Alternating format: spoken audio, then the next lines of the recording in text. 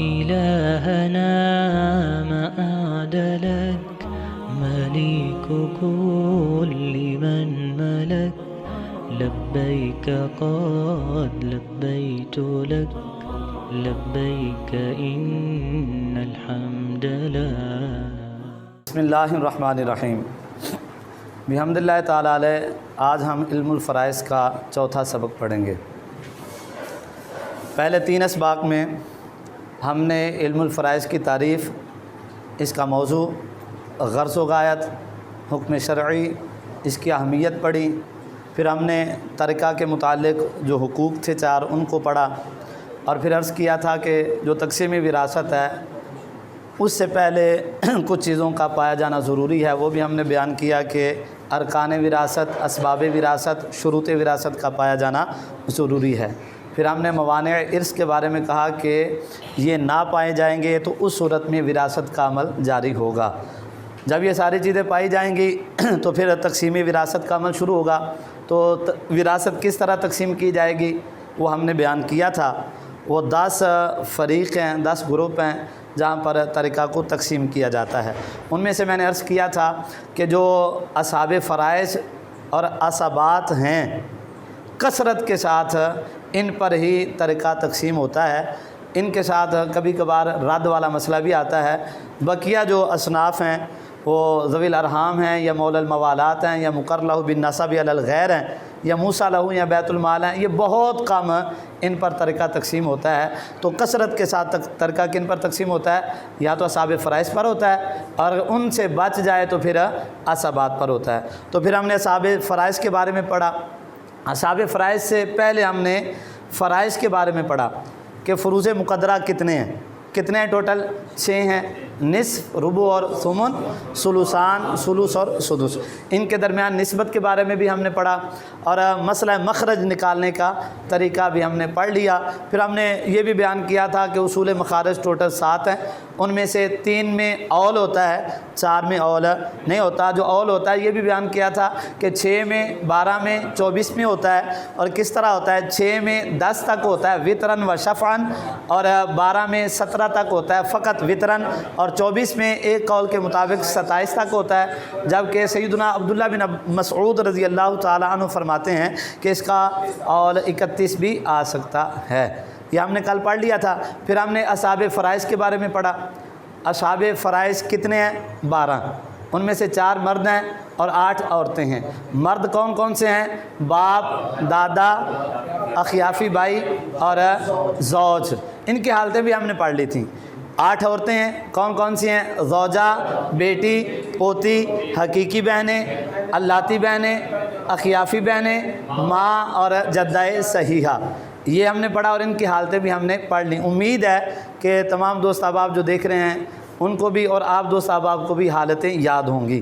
یہ یاد رکھیں، اگر حالتیں یاد نہیں ہیں تو آپ صحیح معنوں میں مسئلہ کو حل نہیں کر سکتے. حالتوں کا یاد ہونا کہ باپ کو کس حالت میں کتنا ملے گا، ماں کو کس حالت میں کتنا ملے گا، یہ از حد ضروری ہے. یہ یاد ہوگا تو پھر آپ مسئلے کو حل کرنے میں کامیاب ہوں گے. اگر یہ یاد نہیں ہوگا تو پھر مسئلہ حل نہیں ہو سکتا. اس لیے میں دوبارہ کہتا ہوں کہ جن دوست احباب کو حالتیں صحیح معنوں میں یاد نہیں ہیں وہ دوبارہ پچھلے والی ویڈیو دیکھ کر ان حالتوں کو اچھی طرح یاد کرنے کی کوشش کریں. ہم نے یہ پڑھ لیا اصحاب فرائض کس کو کس صورت میں کتنا ملے گا. آج ہم پڑھیں گے کہ عصبات کون کون سے ہیں اور کس کس صورت میں کون کون سا عصبہ وارث بنتا ہے. یہ یاد رکھیں، آپ کے سامنے وائٹ بورڈ پر لکھا ہوا ہے کہ عصبات کی سب سے پہلے 2 قسمیں ہیں. عصبات نسبیہ، عصبات سببیہ. ابتداً 2 قسمیں ہیں. عصبات کی ابتداً 2 قسمیں ہیں، عصبات نسبیہ، عصبات سببیہ. یہ بھی یاد رکھ لیں. پہلے اس سے پہلے ایک اور بات یاد رکھ لیں. عصبات عصبہ کی جمع، اور عصبہ کا لغوی معنی ہوتا ہے احاطہ کرنا، گھیرنا. لغوی معنی کیا ہوتا ہے؟ احاطہ کرنا، گھیر لینا. اور اب ان کو عصبات کہنے کی وجہ کیا ہے؟ ان کو عصبات کہنے کی وجہ یہ ہے کہ یہ میت کو چاروں طرف سے گھیر لیتے ہیں. بندہ فوت ہوا ہے تو ایک جانب پہ اس کے جو اصول ہیں وہ رشتہ دار ہوں گے، یعنی باپ دادا ہوگا، ایک جانب کے اس کے بیٹا پوتا ہوگا، ایک جانب اس کے بھائی ہوں گے، ایک جانب اس کے چچا ہوں گے، تو یہ چاروں طرف سے میت کو گھیر لیتے ہیں، اس وجہ سے ان کو عصبات کہا جاتا ہے۔ سمجھ آ گئی؟ عصبات کیوں کہا جاتا ہے؟ عصبات سے عصبہ کا معنی کیا ہوتا ہے؟ گھیرنا، احاطہ کرنا، تو یہ میت کو چاروں طرف سے گھیر لیتے ہیں، یہ چاروں طرف سے میت کو کیا کرتے ہیں؟ ایک جانب رشتہ ابوت آتا ہے، ایک جانب رشتہ اخوت آتا ہے، ایک جانب رشتہ بنوت آتا ہے، ایک جانب رشتہ امومت آتا ہے، تو یہ ساری طرف سے میت کو گھیر لیتے ہیں، اس وجہ سے ان کو عصبات کہا جاتا ہے۔ تو ان کی دو قسمیں، عصبات نسبیہ، عصبات سببیہ۔ پھر عصبات سببیہ کے بارے میں ہم نے پہلے ہی سبق میں پڑھ لیا تھا کہ آج کل چونکہ یہ معدوم ہیں، ان کے بارے میں بحث بالکل نہیں ہم کریں گے، ان کو ہم چھیڑیں گے ہی نہیں۔ یہ عصبات سببیہ، ان کا تعلق چونکہ غلامی کے ساتھ ہے، غلامی والا کانسیپٹ اب موجود نہیں ہے، لہذا اس کے بارے میں ہم بات نہیں کریں گے، پیچھے رہ گیا عصبات نسبیہ۔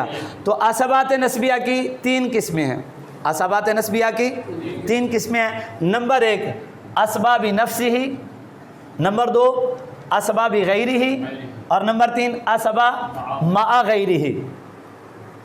عصبات نسبیہ کی کتنی قسمیں ہیں؟ 3۔ کون کون سی؟ اسباب نفسہ، اسباب غیرہ، اور اسباب مع غیرہ۔ اب ان کی تعریف یاد کر لیں۔ اسباب نفسی کس کو کہتے ہیں؟ وہ اسبہ ہے جو وارث بننے میں یا اسبہ بننے میں کسی غیر کا محتاج نہ ہو، بنفسہ ہی، خود بخود وہ اسبہ بنے، کسی غیر کا محتاج نہ ہو، اس کو اسباب نفسہ ہی کہتے ہیں۔ اور اسباب غیرہ جو اپنے وارث بننے میں یا اسبہ بننے میں کسی کا محتاج ہو، ٹھیک ہے، جو اپنا وارث بننے میں، اپنے اسبہ بننے میں کسی کا محتاج ہو۔ اور اسبہ مع غیرہ، اسبہ بھی غیرہ کس کو کہتے ہیں؟ جو آپ وارث بننے میں یا اسبہ بننے میں کسی غیر کا محتاج ہوتا ہے۔ یہاں پر اسبہ مع غیرہ یہ بھی وہی تعریف ہے، جو اسبہ بننے میں غیر کے محتاج ہے۔ اب وہ جو محتاج الیہ ہے وہ خود اسبہ نہیں بنتا، وہ خود ہے، سمجھ آ رہی؟ یہاں پر جو محتاج الیہ ہے نا، جس کی یہ محتاج اسبہ بننے میں، وہ خود محتاج الیہ اسبہ نہیں بنے گا، اور اس کو وہ اسبہ بنا دے گی۔ سمجھ آ گئی؟ تعریفیں لکھ لی ہیں، تعریفیں لکھ لی ہیں۔ اسباب نفسی کی کس کو کہتے ہیں؟ جو خود بخود اسبہ بنے۔ اور اسباب غیرہ جو غیر کا محتاج ہو وارث اسبہ بننے میں، اور یہ بھی غیر کا محتاج ہوتا ہے لیکن وہ محتاج الیہ جو ہوتا ہے وہ خود اسبہ نہیں بنتا۔ اب یہ ہیں کون سے؟ یہ بھی بعد میں بتائیں گے۔ سب سے پہلے اسباب نفسی جو خود بخود کیا بنتے ہیں؟ اسبہ۔ یہ کون ہے؟ ان کی 4 قسمیں ہیں۔ اسباب نفسی کی کتنی قسمیں ہیں جی؟ 4۔ کون کون سی؟ نمبر 1 جزء میت، نمبر 1، نمبر 2 اصل میت، نمبر 3 جزء اب المیت، اور نمبر 4 جزء جد المیت۔ جزء سمجھ آ رہی ہے؟ جزء میت، جزء میت میں کون آئے گا؟ بیٹا، بیٹا باپ کا جز ہوتا ہے، پوتا الی آخرہ، پوتے کا بیٹا، اس بیٹے کا بیٹا، اس بیٹے کا بیٹا، لکھے 2 ہیں، وغیرہ یہ آخر تک ہیں، جہاں تک بھی اس کی نسل چلے گی وہ سارے کے سارے جزء میت قرار پائیں گے۔ سمجھ آئی؟ اصل میت، اصل میت میں کون آئے گا جی؟ باپ، دادا، پردادا، اور پردادا کا باپ، پھر اس پردادا کے باپ کا باپ، اسی طرح اوپر تک چلتے جائیں تو یہ اصل میت قرار پائیں گے۔ سمجھ آ گئی؟ جزء اب المیت، میت کے باپ کی جز، میت کے باپ کی جز کیا ہوگی؟ میت کے باپ کے بیٹے، میت کے باپ کے بیٹے، وہ اس کے کیا لگیں گے؟ بھائی، وہ اس کے کیا لگیں گے؟ بھائی۔ تو بھائیوں میں سب سے پہلے حقیقی بھائی، بھائیوں میں سب سے پہلے حقیقی بھائی، اس کے بعد اللاتی بھائی، اس کے بعد کیا آئے گا؟ اللاتی بھائی۔ یہ ترتیب اسی طرح آپ نے لکھنی ہے، ٹھیک ہے؟ سب سے پہلے کیا ہوگا؟ حقیقی بھائی، اس کے بعد کیا ہوگا؟ اللاتی بھائی، پھر اس کے بعد حقیقی بھائی کی اولاد مذکر، ٹھیک ہے؟ حقیقی بھائی کی مذکر اولاد، حقیقی بھائی کا بیٹا، پھر اس بیٹے کا بیٹا، اس طرح، پھر اس کے بعد اللاتی بھائی کی مذکر اولاد۔ سمجھ آ گئی؟ جزء اب المیت میں کیا آئے گا جی؟ حقیقی بھائی آئے گا، اور اللاتی بھائی آئے گا، پھر اس کے بعد حقیقی بھائی کی اولاد آئے گی، پھر اس کے بعد مذکر اولاد، یہ بھی یاد رکھنا، پھر اس کے بعد وہ جو اللاتی بھائی ہے اس کی مذکر اولاد آئے گی۔ چوتھے نمبر پر ہے جزء جد المیت، جزء جد المیت، اس میں کیا آئے گا جی؟ جزء جد المیت کا معنی کیا ہے کہ میت کے دادا کی جوس، میت کے وہ کون بنیں گے؟ چاچے، اور چچاؤں میں سب سے پہلے حقیقی چچا، اس کے بعد اللاتی چچا، پھر اس کے بعد حقیقی چچا کی اولاد مذکر، اور پھر اس کے بعد اللاتی چچا کی مذکر اولاد۔ سمجھ آ گئی؟ یہ عصبات کی دو قسمیں ہیں، عصبات نسبیہ، عصبات سببیہ۔ عصبات نسبیہ کی تین قسمیں ہیں، عصبہ بنفسہ، عصبہ بغیرہ، عصبہ مع غیرہ۔ ان کی تعریفیں میں نے آپ کو سنائی ہیں۔ عصبہ بنفسہ جو خود بخود عصبہ بنے، اور عصبہ بغیرہ جو غیر کی وجہ سے غیر کے ساتھ مل کر عصبہ بنے، اور یہ بھی جو غیر کے ساتھ مل کر عصبہ بنتی ہے لیکن وہ جو محتاج الیہ ہوتا ہے وہ عصبہ نہیں ہوتا۔ اور عصبہ بنفسہ ہی کی چار قسمیں ہیں، جزء میت، اصل میت، جزء بالمیت، جزء جد المیت، اور اسی ترتیب سے یہ اس کے وارث بنتے ہیں۔ یہ آپ نے لکھ لیا، یاد ہو گیا۔ اب یہ ہو گیا پہلے عصبہ بنفسہ کی چار قسمیں، عصبہ بنفسہ کی چار قسمیں۔ اب عصبہ بغیرہ، عصبہ تعریف تو یاد کر لی نا آپ نے۔ اب یہ عصبہ بغیرہ ہیں کون؟ یہ چار عورتیں ہیں، عصبہ بغیرہ چار عورتیں ہیں۔ کون سی؟ جو اکیلی ہوں تو نصف ملتا ہے، دو یا دو سے زائد ہوں تو ثلثان ملتا ہے، اور جب ان کے ساتھ ان کے بھائی آ جائیں تو عصبہ بن جاتے ہیں، وہ عصبہ بغیرہ ہیں۔ سمجھ آئی؟ اکیلی ہوں تو نصف ملتا ہے، دو یا دو سے زائد ہوں، ہیں یہ اصحاب فروض سے، اصحاب فرائض سے ان کا تعلق ہے۔ اکیلی ہوں تو نصف ملے گا، دو یا دو سے زائد ہوں تو ثلثان ملے گا، لیکن جب ان کے اپنے بھائی ان کے ساتھ آ جائیں گے تو اس صورت میں یہ کیا بنیں گے؟ عصبہ بن جائیں گی۔ کون کون سی؟ نمبر ایک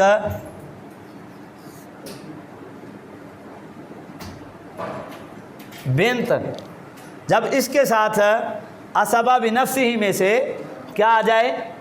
ابن، کیا آ جائے؟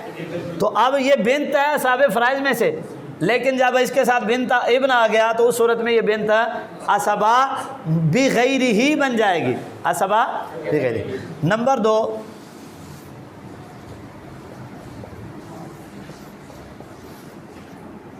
بنت الابن، بنت الابن کیا ہے؟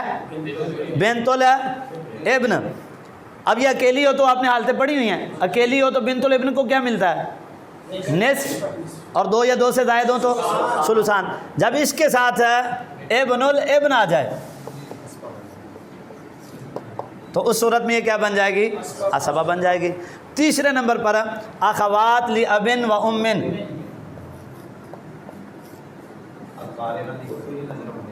نہیں نظر آ رہا؟ اخوات لاب و ام، یہ کن کو کہتے ہیں؟ حقیقی بہنوں کو۔ تو حقیقی بہنوں کی حالتیں آپ نے پڑھی ہیں۔ پہلی حالت یہی ہے کہ اگر حقیقی بہن ایک ہو تو نصف کی حقدار ہوتی ہے، دو یا دو سے زائد ہوں تو صورت میں ان کو ثلثان ملتا ہے۔ تو اگر ان کے ساتھ ان کا بھائی اخ لاب و ام آ جائے تو کیا بنیں گی؟ عصبہ بن جائیں گی۔ اور ہاں جی بالکل نہیں نظر آ رہا ہے سر۔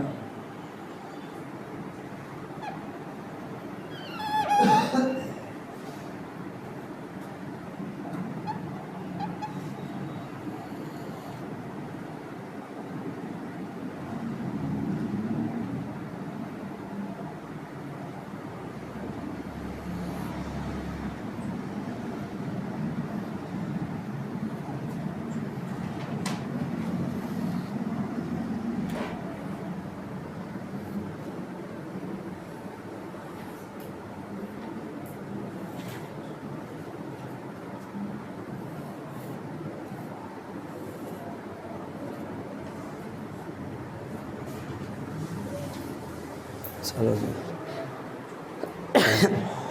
سمجھ آ گئی ہے کہ عصبہ بغیرہ ہی چار عورتیں ہیں جو اکیلی ہونے کی صورت میں نصف کی مستحق ہوتی ہیں، مستحقہ، اور جب دو یا دو سے زائد ہوں تو اس صورت میں ثلثان ان کو ملتا ہے، اور جب ان کے ساتھ ان کے اپنے بھائی آ جائیں تو اس صورت میں وہ کیا ہوتی ہیں؟ عصبہ بغیرہ ہی۔ یہ اب ان کی وجہ سے عصبہ بن رہی ہیں، یہ ان کی وجہ سے، میں نے کہا تھا اپنے عصبہ ہونے میں کسی کی محتاج ہیں، تو یہ ان کی محتاج ہیں، اور جو محتاج لے وہ خود عصبہ بھی ہے، وہ کیا ہے؟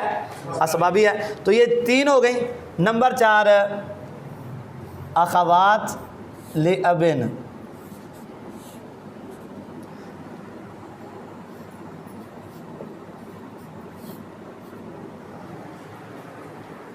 نمبر 4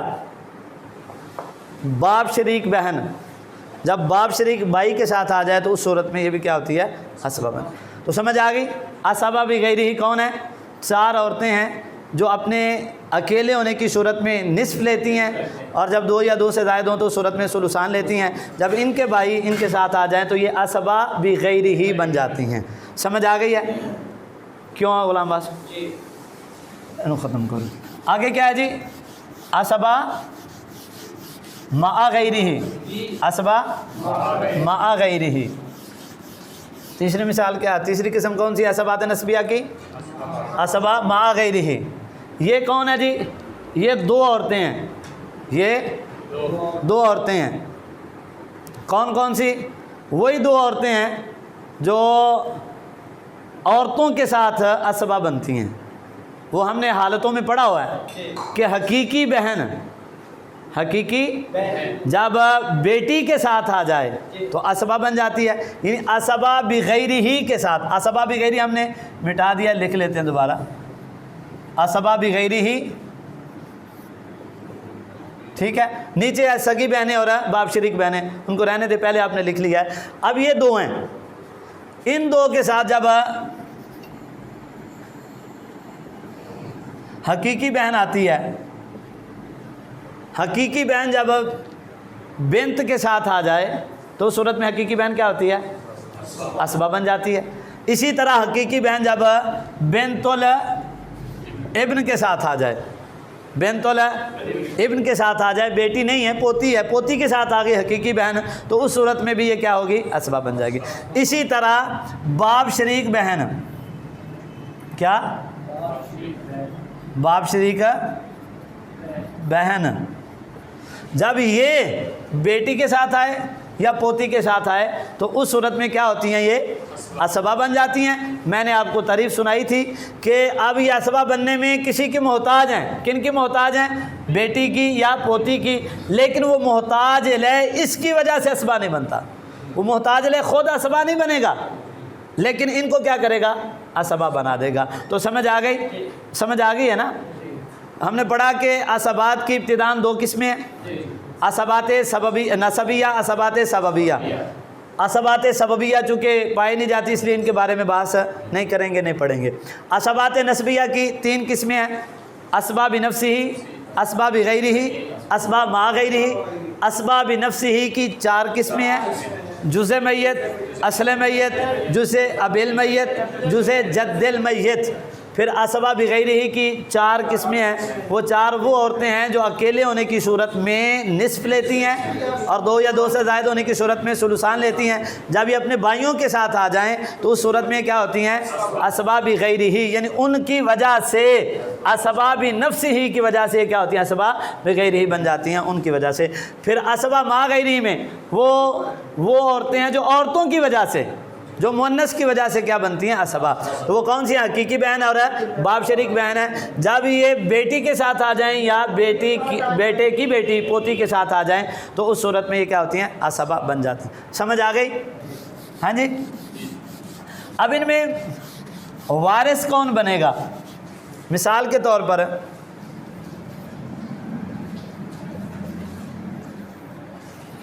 اسبہ کون بنے گا؟ اب ہے، ہم ہے،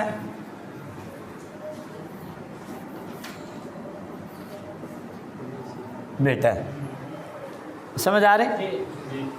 میت ہے، اس نے کیا کیا چھوڑا ہے؟ ایک باپ چھوڑا ہے، ایک بیٹا چھوڑا ہے، ایک چچا چھوڑا ہے اور ایک بھائی چھوڑا ہے۔ اب اس صورت میں یہ سارے کے سارے اسبہ ہیں، ٹھیک ہے۔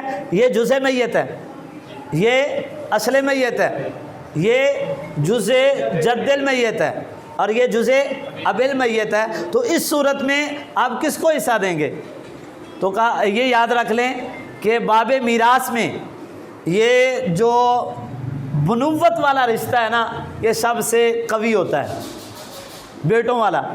بیٹا نہیں ہے تو بیٹے کا بیٹا، پھر وہ بھی نہیں ہے تو اس کے بیٹے کا بیٹا. تو یہ جو رشتہ بنوت ہوتا ہے نا، بیٹوں والا رشتہ، ان کو رشتہ بنوت کہا جاتا ہے. اور یہ جو رشتہ ہوتا ہے اس کو رشتہ ابوت کہا جاتا ہے. اور یہ جو چچوں والا ہوتا ہے اس کو رشتہ امومت کہا جاتا ہے، اور اس کو رشتہ اخوت کہا جاتا ہے. اور ان چار میں یہ چار جہتیں ہیں، مختلف جہتیں ہیں. ٹھیک ہے، یہ بنوت والی جہت ہے، یہ ابوت والی جہت ہے، یہ عمومت والی جہت ہے، اور یہ اخوت والی جہت ہے. اور جب چاروں جہتوں کے افراد جمع ہو جائیں تو اس صورت میں میراث کا حقدار کون ہوگا؟ سب سے پہلے بنوت والا جو جہت ہے نا وہ حقدار قرار پائے گی. تو بنوت والی میں بیٹا ہے، اس کو ملے گا. اگر یہ نہیں ہے، یہ تین ہے، تو اب اس صورت میں کون اسبہ بنے گا؟ یہ والا. ٹھیک ہے، اگر یہ بھی نہیں ہے تو پھر اس صورت میں کون بنے گا؟ یہ والا. اگر یہ نہیں ہے تو پھر اس صورت میں یہ بنے گا. اور سمجھ آ گئی؟ تو یہ جو ترجیح ہے نا کہ آپ نے اگر کئی قسم کے اسبات جمع ہو گئے ہیں تو اس صورت میں آپ نے کس کو دینا ہے، اس صورت میں آپ نے اسبہ کس کو بنانا ہے. تو اس کی تین ترجیحات لکھی ہیں علماء نے کہ تین طرح ترجیح دی جاتی ہے. ایک تو ترجیح بالجہت ہے جو ہم نے ابھی بیان کیا. ترجیح بالجہت کیا ہے؟ ترجیح بالجہت یہ ہے ابوت، سمجھ آ گیا؟ یہ ہے عمومت، یہ ہے اخوت، اور یہ ہے بنوت، بیٹا. تو ان میں کس جہت کو ترجیح دی جائے گی؟ بنوت والی کو. سمجھ آ گئی؟ یہ ہے ترجیح بالجہت. سب سے پہلے اس جہت کو ترجیح ہے، اس کے بعد ہے ابوت والی ہے، اس کے بعد ہے اخوت والی، اس کے بعد ہے عمومت والی. سمجھ آ گئی ہے؟ ایک ہے ترجیح کی وجہ قرب. کیا ہے؟ قرب. کیا ہے؟ قرب. مثال کے طور پر میت ہے، اس کا بیٹا ہے، پھر اس بیٹے کا بیٹا ہے پوتا. اب اس صورت میں یہ وارث بنے گا، اسبہ بنے گا. کیوں؟ کیونکہ اس سے قریب والا موجود ہے. تو جب قریب والا موجود ہو نا تو وہ دور والے کو محروم کر دیتا ہے.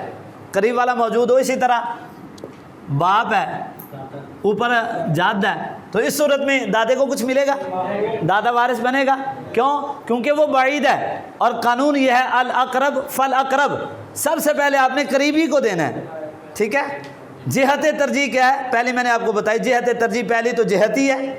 وجہ ترجیح پہلی کیا ہے؟ جہت ہے. دوسری کیا ہے؟ قرب ہے. دوسری کیا ہے؟ قرب ہے. تو قرب اس میں کس کے لیے ہے؟ باپ کے لیے، لہذا دادا محروم ہوگا. یہاں پر بیٹے کے لیے، لہذا پوتا محروم ہوگا. سمجھ آ گئی؟ دو ہو گئی ہیں وجوہ ترجیح. اور تیسری ہے جی قوت، ترجیح بلا قوہ. ترجیح بلا قوہ وہ کیا ہے؟ میت ہے، اس نے چچے چھوڑے ہیں دو. ایک ہے حقیقی چچا، ایک ہے اللاتی چچا. تو جہت ایک ہی ہے نا، جہت ایک ہے. ٹھیک ہے. قرب بھی ایک جتنا ہی ہے، دونوں ہی چچے ہیں. اب اس صورت میں کس کو آپ بنائیں گے وارث اور اسبہ؟ تو کہتے ہیں اس صورت میں قوت کو دیکھا جائے گا. کیا ہے؟ قوت کو. تو یہ چاچا قوی ہے اس سے، یہ چاچا. کیوں؟ کیونکہ یہ اس کا ماں باپ شریک، یعنی اس کے باپ کا ماں شریک اور باپ شریک بیٹا ہے، جبکہ یہ اس کے باپ کا ماں باپ شریک بیٹا بلکہ باپ شریک ہے. تو یہاں پر دو جہتیں پائی گئی ہیں نا، ماں بھی باپ بھی ایک ہے. یہاں پر باپ ایک ہے، ماں ایک نہیں ہے. تو اس کو کیا مل گئی؟ قوت. رشتے میں، قرابت داری میں اس میں کو کیا مل گئی؟ یہ پنجابی جی میں کہ سکا ہے نا، اے سکا چاچا ہے، اے متریا چاچا ہے. تو چوکھا قریب کون ہوتا ہے؟ سکا چاچا. تو یہ سکے چاچے کو یعنی جہت ایک ہی ہے، دونوں ہی چچا ہیں. ٹھیک ہے. اس میں آپ وہ والی نہ تو الاقرب فالاقرب والا قانون لگا سکتے ہیں، نہ ہی وہ جہت والا لگا سکتے ہیں. تو ترجیح کیسے دیں گے کہ یہاں پر آپ قوت قرابت داری کو دیکھیں گے کہ چوکھا پکا رشتہ دار کیڑا ہے. تو یہ حقیقی چچا جو ہوتا ہے سکا چاچا یہ زیادہ قریبی ہے، لہذا اس کو ملے گا، یہ کیا ہو جائے گا؟ محروم ہو جائے گا۔ اسی طرح دو بھائی چھوڑے ہیں، ایک حقیقی بھائی ہے اور ایک متریا یعنی الاتی بھائی ہے، تو اس صورت میں کس کو ملے گا؟ حقیقی بھائی کو۔ سمجھ آ گئی جی؟ عصبات والا باب مکمل ہو گیا، سمجھ آ گئی ہے؟ ہاں جی، ہن اگلا باب پڑھ لیے، یہ باب مکمل ہو گیا۔ یعنی سب سے پہلے ہم نے کہا تھا طریقہ تقسیم ہوگا اصحاب فرائض پر، اصحاب فرائض سے بچے گا تو وہ ملے گا عصبات کو۔ عصبات میں کس کو ملے گا؟ عصبات نسبیہ کو۔ عصبات نسبیہ میں کس کو ملے گا؟ ہم نے کہا اس کی 3 قسمیں ہیں، عصبہ بنفسی، عصبہ بغیرہ، عصبہ مع غیرہ۔ ہم نے کہا کہ عصبات بنفسی کی 4 قسمیں ہیں، ان 4 قسموں میں یاد رکھ لیں جس طرح ترتیب سے ہم نے لکھی ہیں۔ اگر پہلی قسم موجود ہے، یعنی اگر جزء میت موجود ہے، تو جو جزء اصل میت ہے وہ عصبہ نہیں بنے گا، محروم تو خیر نہیں ہوگا، باب محروم نہیں ہوتا، وہ اصحاب فرائض میں چلا جاتا ہے۔ اس کو کیا کہنا ہے آپ نے کہ اگر جزء میت موجود ہے تو پھر باب جو ہے نا وہ عصبہ نہیں بنے گا، اصل میت عصبہ نہیں بنے گی۔ اگر اصل میت موجود ہے تو پھر وہ جو جزء ابل میت ہے وہ محروم ہو جائے گا۔ اگر جزء ابل میت موجود ہے تو جزء جد المیت محروم ہو جائے گا۔ تو 2 محروم ہوتے ہیں، جزء ابل میت وہ بھی محروم ہو جاتا ہے، جزء جد المیت وہ بھی محروم ہو جاتا ہے۔ یہ جو ہے نا اصل میت، اس کے بارے میں آپ نے یہ نہیں کہنا کہ محروم ہوتا ہے، کیوں؟ کیونکہ اس کو چھٹا حصہ وہ اصحاب الفروض میں سے ملتا ہے۔ تو بیٹے کی صورت میں باپ عصبہ نہیں بنے گا، یہ کہنا ہے، بیٹے کی صورت میں باپ عصبہ نہیں بنے گا، اور اگر اصل میت موجود ہے تو دونوں صورتیں کیا ہو جائیں گی؟ وہ محروم ہو جائیں گی، یعنی وہ جو جزء ابل میت ہے یا جزء جد المیت ہے، جزء ابل میت کی صورت میں جزء جد المیت وہ محروم ہو جائے گا۔ عصبہ بغیرہ کے بارے میں ہم نے پڑھا، یہ 4 عورتیں اکیلی ہوں تو نصف لیتی ہیں، 2 یا 2 سے زائد ہو تو ثلثان لیتی ہیں، اپنے بھائیوں کے ساتھ کیا بنتی ہیں؟ عصبہ بن جاتی ہیں۔ اور عصبہ مع غیرہ 2 عورتیں ہیں جو عورتوں کی وجہ سے عصبہ بنتی ہیں، ٹھیک ہے، حقیقی بہن اور الاتی بہن، یہ بیٹی کے ساتھ اور پوتی کے ساتھ یہ عصبہ بن جاتی ہیں۔ سمجھ آ گئی؟ ہن انہاں نو اصحاب فرائض تو جڑا بچیا ہے وہ انہاں نو دینا ہے۔ یہ یاد رکھ لینا ہے کہ عصبات کون کون ہیں۔ اصحاب فرائض تو آپ نے یاد کر لیے، اب عصبات بھی آپ نے یاد رکھنا ہے۔ اصحاب فرائض میں سے بھی کچھ احباب ہیں جو اصحاب فرائض میں سے جو عصبہ بنتے ہیں، یعنی باپ ہے وہ عصبہ بنتا ہے لیکن اصحاب فرائض میں سے بھی ہے، اور دادا ہے عصبہ بنتا ہے وہ اصحاب فرائض میں سے بھی ہے۔ اسی طرح وہ بہنیں ہیں، ٹھیک ہے، بیٹی بھی ہے، پوتی بھی ہے، یہ بھی اصحاب فرائض میں سے بھی ہیں لیکن عصبہ بھی بنتی ہیں۔ یہ آپ نے ان کو یاد رکھ لینا ہے۔ یہ باب کلیئر ہو گیا نا جی؟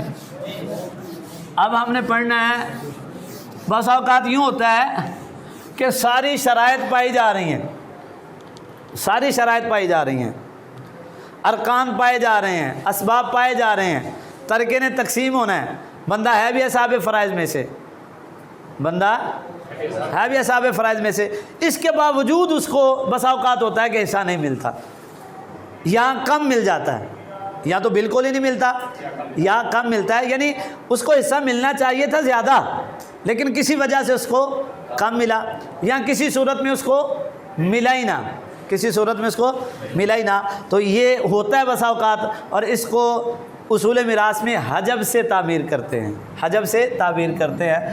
یہ دیکھیں حجب، یہ والا باب ہم اب پڑھنے لگے ہیں۔ یہ پہلے تو ہم نے پڑھ لیا کہ ترکہ کس کو دیں گے؟ اصحاب فرائض کو، جو بچ گیا کن کو دیں گے؟ عصبات کو۔ اب اگر عصبات نہیں ہیں، اصحاب فرائض ہیں، کیا ہیں؟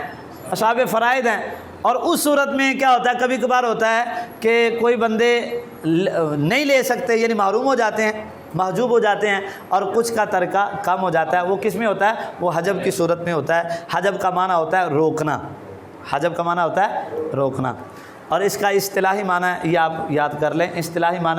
اصطلاحی معنی سے پہلے حجب کی 2 قسمیں ہیں، حجب کی 2 قسمیں ہیں، حجب نقصان، حجب حرمان، حجب نقصان، حجب حرمان، سمجھ آگے؟ حجب نقصان اور حجب حرمان۔ حجب نقصان، حجب کس کو کہتے ہیں جی؟ حجب نقصان یہ ہے کہ اکثر حصہ کسی وارث کو مل رہا تھا، کسی اور وارث کی وجہ سے وہ اکثر حصہ اقل کی طرف منتقل ہو گیا، یہ حجب نقصان ہے۔ سمجھ آئی نا کہ اکثر حصہ مل رہا تھا لیکن کوئی اور وارث آیا اور اس وارث نے اس اکثر سے اس کو اقل کی طرف منتقل کر دیا، پھیر دیا، تو یہ کیا ہوگا؟ حجب نقصان۔ سمجھ آئی؟ مثال دے طور تے باپ ہے، انہوں نصف ملن لگا سے، کیوں لگا سی؟ نصف ملنا سے، لیکن باپ نہیں شوہر کو کیا تھا؟ نصف ملنا تھا، کیا ہونا تھا؟ لیکن کیا ہوا؟ اس کا میت کا بیٹا ساتھ آ گیا، تو اب اس صورت میں اس کو کتنا ملے گا؟ ربع ملے گا۔ نصف زیادہ تھا نا، آدھا مال مل رہا تھا، لیکن بیٹا آیا تو اس نے اس کو نصف سے ربع کی طرف پھیر دیا، یہ ہے حجب نقصان۔ سمجھ آئی ہے؟ تو یہ حجب نقصان کیا ہوا کہ ایک جو اکثر حصہ تھا وہ کسی وارث کے آنے کی وجہ سے اقل کی طرف منتقل ہو گیا، یہ ہے حجب نقصان۔ اور ایک ہے حجب حرمان، یعنی وہ بندہ وارث بن جانا تھا لیکن کسی اور وارث کے آنے کی وجہ سے وہ بالکل وراثت سے محجوب ہو گیا، بالکل وراثت سے محجوب ہو گیا۔ سمجھ آ گئی؟ حجب نقصان اور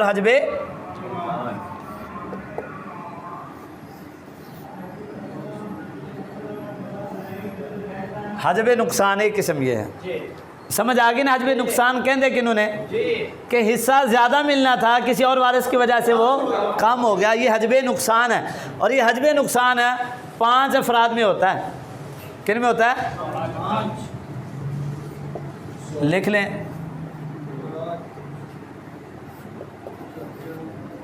زوجہ، ٹھیک ہے، کیا ہے؟ بنت الابن، ٹھیک ہے، اور اخت لابن۔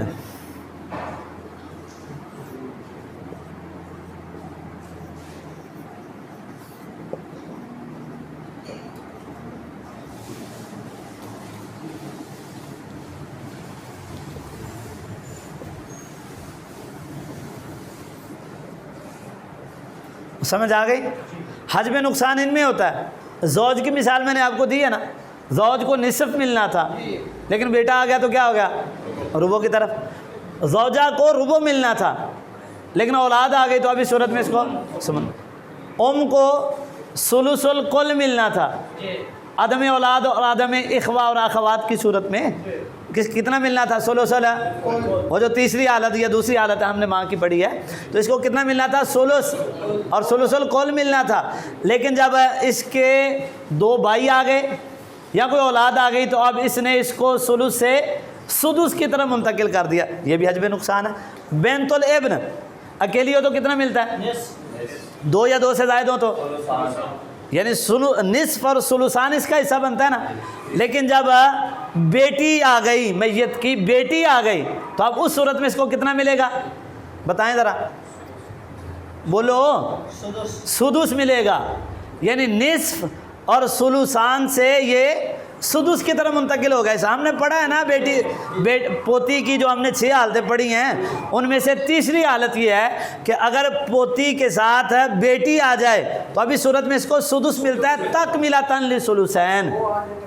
ہاں جی، تو گل تو ایک دی ہو رہی ہے نا، گل ہو رہی ہے حجب نقصان دی، تو حجب نقصان آیا نا، نصف اور ثلثان سے اس کو پھیر کے کہاں کر دیا؟ سدس کی طرف۔ اخت کے لیے بھی ایسے ہی ہے، اخت لابن جو ہے باپ شریک، باپ بہن، جب اکیلی ہو تو کتنا ملتا ہے؟ 2 یا 2 سے زائد ہو تو۔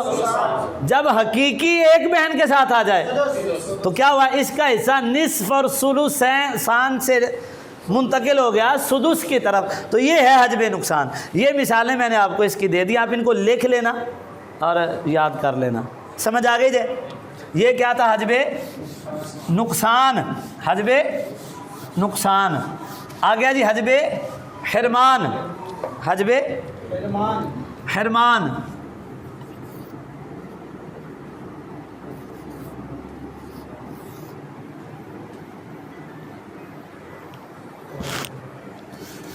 حجب حرمان کیا جی؟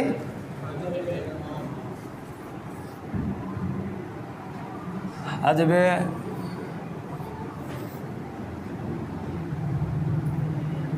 حرمان، سمجھ آ گئی؟ اس کے 2 گروہ ہیں، اس کے ایک گروپ وہ ہے جو بالکل محروم ہوتا ہی نہیں ہے، جو بالکل کبھی بھی محروم ہے، سمجھ آئی؟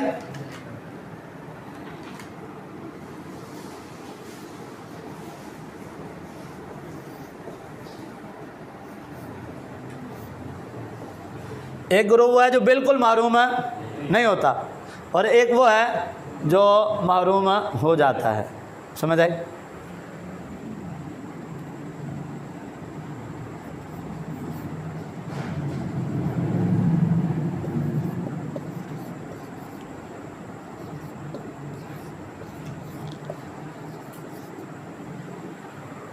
دوسرا وہ ہے جو کبھی محروم ہوتا ہے اور کبھی محروم نہیں ہوتا، یعنی کبھی وہ وارث بنتا ہے، اس کو محروم کی جگہ پر محجوب لکھیں۔ دوسرا فریق وہ ہے جو کبھی محجوب ہوتا ہے اور کبھی وارث بنتا ہے، سمجھ آ رہی ہے؟ جی یہ بالکل محروم نہیں ہوتا، پہلا گروپ۔ اور دوسرا گروپ وہ ہے کبھی محجوب ہوتا ہے اور کبھی وارث بنتا ہے۔ اب یہ بالکل محجوب نہیں ہوتے، جو بالکل محجوب نہیں ہوتے وہ کون سے ہیں؟ وہ 3 مرد ہیں، 3 ہی عورتیں ہیں۔ مرد حضرات کون سے ہیں جی؟ نمبر 1 باپ، نمبر 2 بیٹا، نمبر 3 شوہر۔ یہ کسی بھی صورت میں محروم نہیں ہوتے، سمجھ آئی؟ اور عورتوں کا گروپ، ہاں باپ بیٹا اور شوہر ہے، ہاں ادھر ہے ماں بیٹی اور زوجہ، یہ کبھی بھی محروم ہے، ٹھیک ہے؟ 6 افراد ہیں جو کبھی بھی محروم ہیں، 3 مرد ہیں، 3 ہی عورتیں ہیں، سمجھ آئی؟ 3 مرد ہیں، 3 عورتیں ہیں، یہ کبھی بھی محروم ہیں، یہ کبھی بھی محجوب نہیں ہوتے، ان کو حصہ ملتا ہی ملتا ہے، ٹھیک ہے؟ وہ کیوں نہیں محجوب ہوتے وہ ابھی میں آپ کو بتا دیتا ہوں۔ یہ آپ نے لکھ لیا کہ یہ 6 اشخاص ہیں جو کبھی محروم نہیں ہوتے، اور سمجھ آئی ہے؟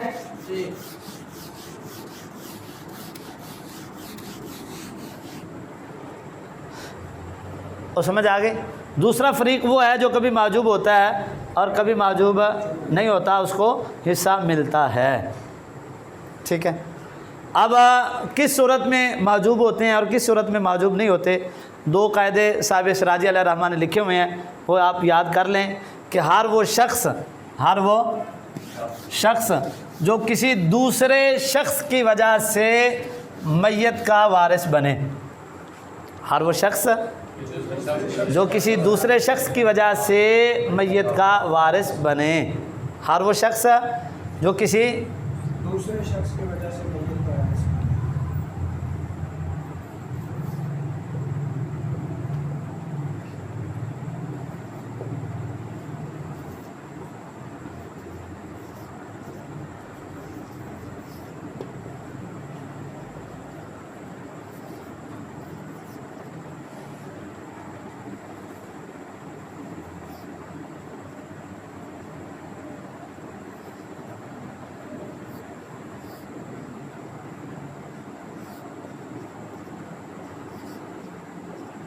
ٹھیک ہے؟ یہ 2 قاعدے لکھے ہیں انہوں نے۔ نمبر 1 ہر وہ شخص جو کسی دوسرے شخص کی وجہ سے میت کا وارث بنا، اب جب وہ جس کی وجہ سے بنا ہے نا، وہ جو واسطہ ہے درمیان میں، وہ جو جب وہ درمیان میں واسطہ آ جائے گا، درمیان میں واسطہ آ جائے گا تو جو ذو واسطہ ہے وہ محروم ہو جائے گا، ٹھیک ہے؟ جو شخص کسی واسطہ کی وجہ سے میت کا وارث بن رہا تھا، اس واسطہ کی موجودگی میں وہ جو ذو واسطہ ہے وہ کیا ہو جائے گا؟ محروم ہو جائے گا۔ مثال ہم نے پڑھ لی ہے، یعنی باپ ہے دادا ہے، تو دادا باپ کی وجہ سے میت کا وارث بنتا ہے، دادا باپ کی وجہ سے۔ جب باپ موجود ہے تو پھر دادا محجوب ہو جائے گا، سمجھ آ گئی نا؟ دادا کیا ہو جائے گا؟ اسی طرح بیٹا ہے، نیچے پوتا ہے، اب پوتا میت کا کیا لگتا ہے جی؟ کچھ بھی نہیں، دیکھا جائے تو وہ باپ کی نسبت سے لگتا ہے، اور درمیان میں باپ ہے نا، اس باپ کی وجہ سے وہ میت کا کیا بنتا ہے؟ وارث بنتا ہے۔ تو جب وہ درمیان میں واسطہ موجود ہو، وہ جو بیٹے والا واسطہ ہے، جب وہ موجود ہوگا تو اس صورت میں پوتے کو کچھ نہیں ملے گا، وہ محجوب ہو جائے گا۔ تو یہ قاعدہ یاد رکھ لیں، یعنی جو اشخاص محجوب ہوتے ہیں، ٹھیک ہے، وہ کیسے ہوتے ہیں؟ نمبر ایک کہ جو کسی واسطہ کی وجہ سے میت کے وارث بنتے ہیں، جب وہ واسطہ درمیان میں آ جائے تو وہ ذو واسطہ جو اشخاص ہیں وہ سارے محجوب ہو جاتے ہیں۔ سمجھ آ گئی؟ اور دوسرا قانون بھی یہی ہے، الاقرب فالاقرب والا، کہ جو قریبی والا ہے نا وہ بعید والے رشتہ دار کو محجوب کر دیتا ہے۔ مثال اس کی آپ یہی لے سکتے ہیں، اگر یہ نہیں تو پھر اگر میت کے وہ جو دو ایک حقیقی بھائی ہے، ایک اللاتی بھائی ہے، تو اب اس صورت میں جو حقیقی بھائی ہے وہ وارث بنے گا۔ کیوں؟ کیونکہ وہ قریبی ہے۔ یہ ہم نے پہلے پڑھ لیا ہے، باب العصبات میں یہ دونوں قاعدے ہم نے پڑھ لیے ہیں کہ ہر وہ شخص جو کسی واسطہ کی وجہ سے میت کا وارث بن رہا ہے، اگر وہ واسطہ موجود ہے تو ذو واسطہ محجوب ہو جائے گا۔ اور دوسرا یہ ہے کہ اقرب کے ہوتے ہوئے ابعد محجوب ہوتا ہے، اقرب کے ہوتے ہوئے ابعد محجوب ہوتا ہے۔ لیکن اب پہلا جو قاعدہ ہم نے پڑھا کہ جو کسی واسطہ سے وارث بنتا ہے، واسطہ کی موجودگی میں کیا ہوتا ہے؟ محروم ہوتا ہے، محجوب ہوتا ہے۔ لیکن ایک صورت اس سے مستثنا ہے، وہ کون سی ہے؟ وہ دیکھیں ذرا۔ میت ہے، یہ اس کی ماں ہے، ٹھیک ہے، یہ بیٹا ہے، ظاہر سی بات ہے، اور یہ اس کا بھائی ہے، یہ اس کا، اب یہ اس کا وارث کیوں بن رہا ہے؟ ماں کی وجہ سے، ماں کی وجہ سے، ماں کی، لیکن ماں کے ہوتے ہوئے یہ محروم نہیں ہوتا۔ اور سمجھ آئی؟ اور سمجھ آگے؟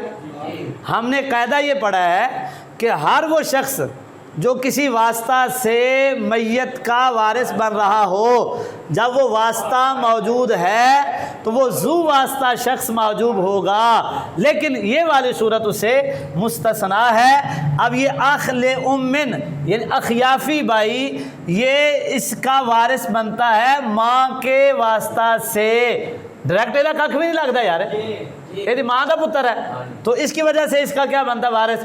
اب ماں کی موجودگی میں اس کو محروم ہونا چاہیے تھا لیکن نہیں ہوتا۔ کیوں نہیں ہوتا؟ اس کے بارے میں علماء نے لکھا ہے کہ جو واسطہ کی وجہ سے ذو واسطہ محجوب ہوتا ہے نا، یہ دو وجہ سے ہوتا ہے۔ واسطہ کی وجہ سے جو ذو واسطہ محجوب ہو جاتا ہے یہ دو وجہ سے۔ ایک وجہ تو یہ ہے کہ وہ واسطہ کل مال کا حقدار بنتا ہے، ظاہر سی بات ہے، جب وہ کل مال لے لے گا پیچھے بچنے ہی کھ نہیں، تو اب دوسرے کو کچھ بھی نہیں ملے گا ذو واسطہ کو، نمبر ایک۔ اور نمبر دو یہ ہے کہ وہ ایک ہی جہت کے، یعنی ان میں الاقرب فالاقرب والا قانون آ جائے، ٹھیک ہے، یعنی باپ ہے، اس کا آگے دادا ہے، تو اب اس صورت میں یہ والا لے لے گا، یہ سارا ہی لے لے گا، ٹھیک ہے، یہ سارا ہی لے لے گا، تو اس کو کچھ بھی نہیں ملے گا۔ اور سمجھ آ رہی؟ یعنی جو واسطہ کی وجہ سے ذو واسطہ معروم ہوتا ہے نا، وہ دو وجہ سے ہوتا ہے۔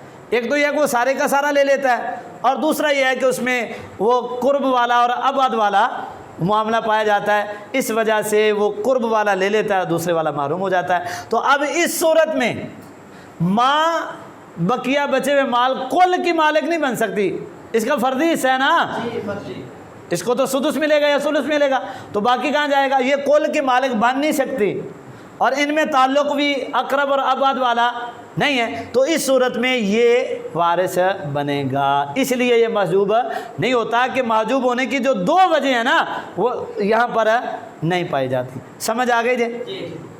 صحیح سمجھ آ گئی ہے؟ مٹا دیے انہوں نے۔ ہن اگے ہے جناب ایک قانون ہے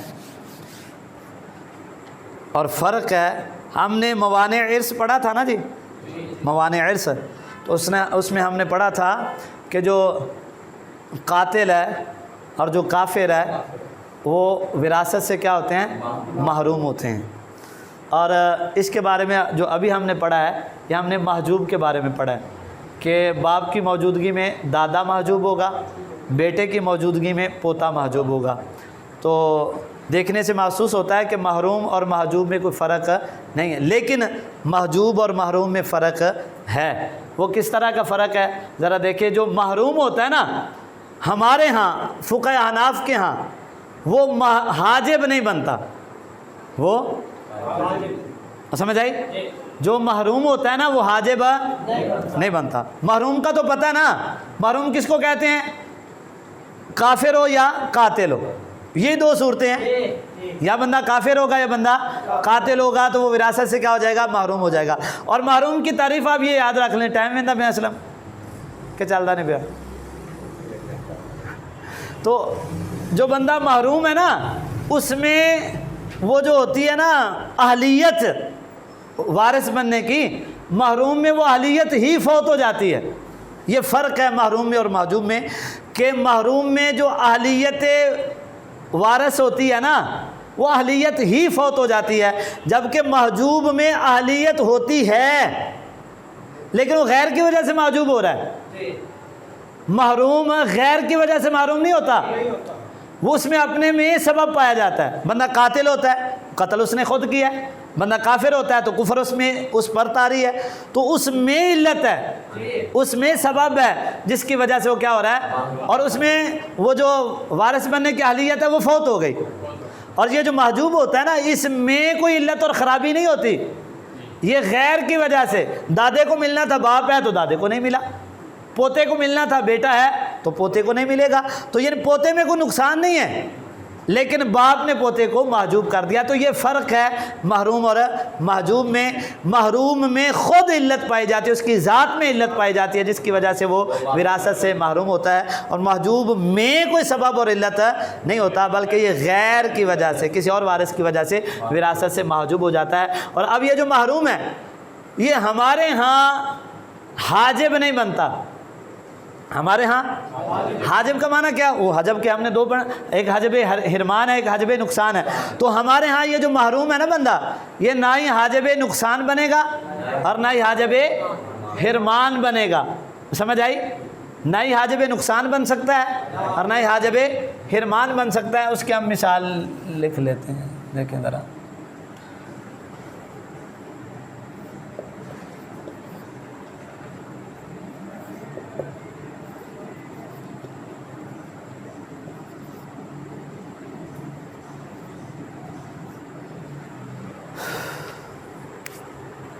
زوجہ، ظاہر سی بات ہے زوج میں رہنا، پھر زوجہ تو ابن کافر ہے، چچا ہے، چچا کس میں سے ہے؟ عصبات میں سے، اور عصبات کی تین قسموں میں سے کون سی قسم کا ہے؟ عصبہ بنفسی ہی، اور عصبہ بنفسی ہی کی جو چار قسمیں ان میں سے کون سا ہے؟ جزء جد المیت۔ تو بہرحال یہ ہو گیا ابن کافر، یہ محروم ہوگا، ٹھیک ہے۔ اب زوجہ ہے تو زوجہ کا حصہ کون سا بنے گا یہاں؟ بتائیں، زوجہ کے دو ہی حالتیں ہیں، یا تو اس کو ربع ملے گا یا ثمن ملے گا۔ ربع کیوں ملے گا؟ اب بیٹا ہے تو صحیح ہے، ہاں یہ کافر ہے، اور حجب نقصان تب اس نے طاری کرنا تھا جب یہ مسلمان ہوتا تو اس کو 1/8 ملتا۔ اب یہ ایسی ہے جیسے ہے ہی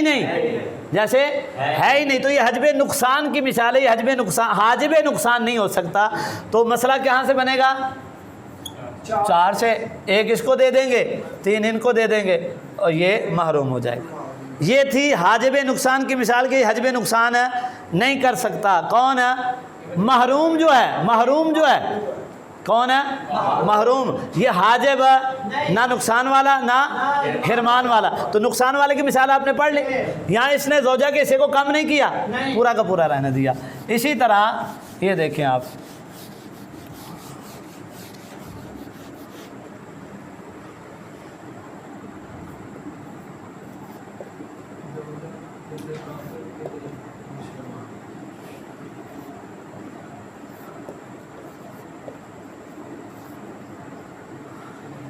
اور سمجھ آئی؟ زوجہ ابن کافر یعنی بیٹا کافر ہے، اور آگے پوتا کیا ہے؟ اب اس صورت میں زوجہ اصحاب فروض میں سے ہے نا، تو زوجہ کی حالت کون سی ہوگی؟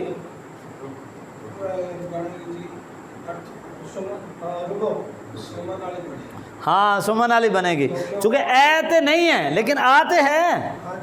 ہم نے کہا اولاد کی صورت میں، اولاد میں بیٹا ہو، بیٹے کا بیٹا، سمجھ آئے. تو اب یہ مسئلہ تو خیر 8 سے بنے گا، ایک اس کو دیں گے. اب بیٹے کو کچھ ملے گا کہ نہیں؟ بیٹے کو کچھ نہیں ملے گا، ساتھ پوتا لے جائے گا. تو یہی مثال ہے، اس نے حاجب حرمان بننا تھا. اگر یہ مسلمان ہوتا تو پوتے کو کچھ ملتا نہیں، لیکن یہ ہے کافر. اب بیٹے کو اس نے کسی حصے سے روکا ہے؟ بالکل نہیں روکا. تو یہ نہ حاجب حرمان بنتا ہے محروم، نہ ہی حاجب نقصان بنتا ہے. اس کی مثالیں آپ کے سامنے میں نے بیان کر دی ہیں. آگے جی محجوب، یہ تو تھا محروم کے بارے میں. جو محروم ہے وہ حاجب نہیں بنتا، نہ ہی نقصان والا نہ ہی حرمان والا. لیکن جو اس مسئلہ میں بھی عبداللہ بن مسعود رضی اللہ تعالیٰ عنہ کا نقطہ نظر یہ ہے کہ یہ جو کافر بیٹا ہے یہ حاجب حرمان تو نہیں کر سکتا، لیکن حاجب نقصان یعنی حاجب نقصان کافر بیٹا محروم جو ہے وہ ہو سکتا ہے. سمجھ آئی اس بات کی؟ ہمارا موقف کیا تھا کہ یہ نہ ہی حاجب نقصان ہوتا ہے یا نہ ہی حاجب حرمان. عبداللہ بن مسعود رضی اللہ تعالی عنہ وہ فرماتے ہیں کہ یہ حاجب حرمان تو نہیں ہوتا لیکن حاجب نقصان یعنی حصہ کم کر سکتا ہے. یہ آپ نے تعریف بھی یاد رکھنی ہے کہ حاجب نقصان کی کیا تعریف ہے اور حرمان کی کیا تعریف ہے. تو عبداللہ بن مسعود کے نزدیک یہ جو محروم ہوگا یہ حاجب نقصان بنے گا، حاجب حرمان نہیں بن سکتا. لیکن یہ جو محجوب ہے کیا یہ بالاتفاق حاجب بن جاتا ہے، بالاتفاق.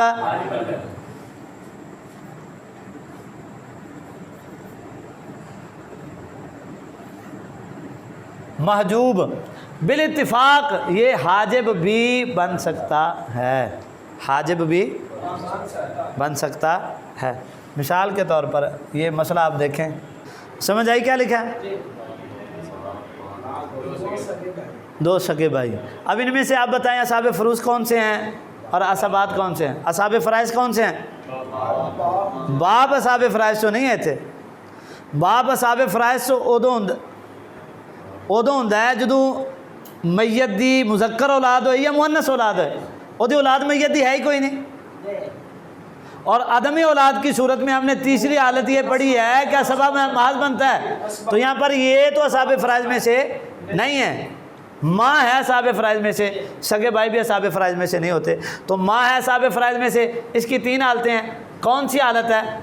پہلے والی، اولاد ہو یا بہن بھائی 2 ہوں تو اس صورت میں اس کو کتنا ملتا ہے؟ سدس. کتنا ملتا ہے؟ سدس. تو اس کو سدس ملے گا. یہ سدس ہے، یہ بھی اسباب ہے، اسباب نفسی ہے جی، یہ بھی اسباب نفسی ہے. ٹھیک ہے. اب اس کو سدس کیوں ملا ہے؟ ان کی وجہ سے. کیوں ملا سدس؟ ان کی وجہ سے. ٹھیک ہے. اور خود یہ دونوں محروم ہیں، محجوب ہیں. خود یہ دونوں کیوں؟ ہم نے پڑھا ہوا ہے کہ جب میت کے اصول میں سے باپ اور فروع میں سے مذکر اولاد آ جائے، فروع میں سے مذکر اولاد آ جائے تو اس صورت میں حقیقی بہن بھائی ہوں یا لاتی بہن بھائی ہوں سارے کے سارے محجوب ہوتے ہیں. تو یہ خود تو محجوب ہو گئے لیکن خود محجوب ہوتے ہوتے ماں کے حصے کو بھی انہوں نے کیا کر دیا؟ کم کر دیا. اس کو بیچاری کو ملنا تھا 1/3 لیکن ان کی وجہ سے اس کو ملا 1/6 اور خود یہ کیا ہو گئے؟ محجوب. تو یہی مسئلہ ہم نے بیان کیا ہے کہ جو خود محجوب ہوتا ہے نا وہ حاجب بن جاتا ہے، لیکن جو محروم ہوتا ہے وہ احناف کے ہاں حاجب نہ نقصان والا نہ حرمان. سمجھ آ گئی جی؟ آج اتنا ہی بات کرنے ہیں اور سمجھ آ گئی ہے. انہوں صحیح طرح نا بار بار پڑھنے کی کوشش کرنا تاکہ صحیح طرح یاد ہو جائے. کل تو انشاءاللہ العزیز پھر مسائل بیان کریں گے.